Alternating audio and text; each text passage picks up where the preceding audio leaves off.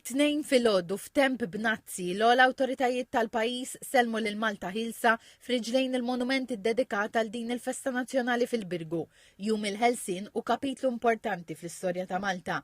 Il-ġraja tal-31 ta' Marzu tal-1979 rat it-tluq tas-servizzi Ingliżi minn pajjiżna. Dakinhar skada ftehim in-negozjat mill-Prim Ministru ta' dak iż-żmien, il-Periddu Mincu Mintoff mar-Renju Unit. It-tluq tas-servizzi fisser it-tmiem ta' sekli saħal Malta taqdih tiġijiet militari għal ħakmiet barranin.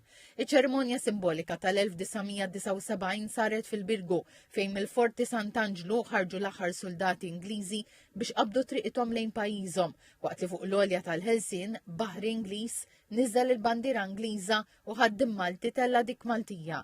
Din il-ġraja storika tfakret b'ċerimonja fl-istess post bħal 46 sena ilu.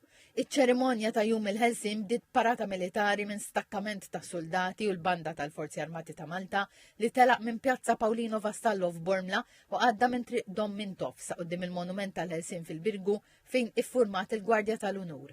Hemmhekk il-banda tal-Forzi Armati ta' Malta flimkien mal-Gwardja tal-Unur laqat lill-ogħla awtoritajiet tal-pajjiż. Il-President ta' Malta Miriam Spiteri da Bono, il-Prim Ministru Robert Abela u d-deputat tal-Partit Nazzjonalista David Agius fissam il-kap tal-Oppożizzjoni Bernard Grech. Mal-wasta tagħha l-President ingħatat is-salut nazzjonali u wara spezzjonat il-Gwardja tal-Unur.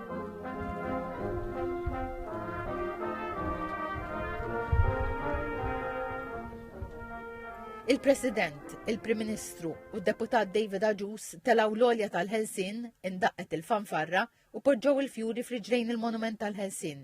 Iċ-ċerimonja ġiet fit-tmiema bid-daqq tal-Innu Nazzjonali.